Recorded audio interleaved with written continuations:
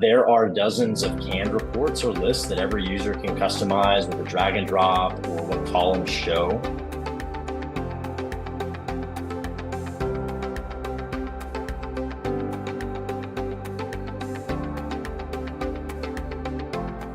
Show us what reports, KPIs, BI, I know you have. Yes. Yes. It's good because in order to make decisions, we need good data. And mhm, it's the important part of a software is the mhm. reports.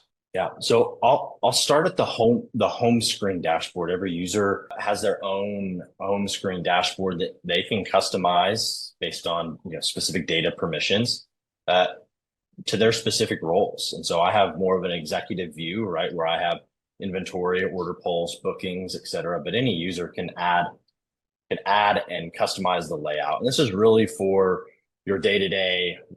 What are the hot button items that I need to focus on? What are the short orders that now I can fulfill because I received inventory today? What's my month to date revenue?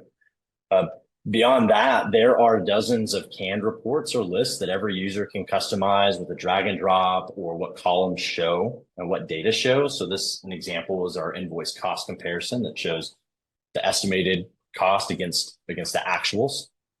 And these are all exportable into Excel for your own custom analysis.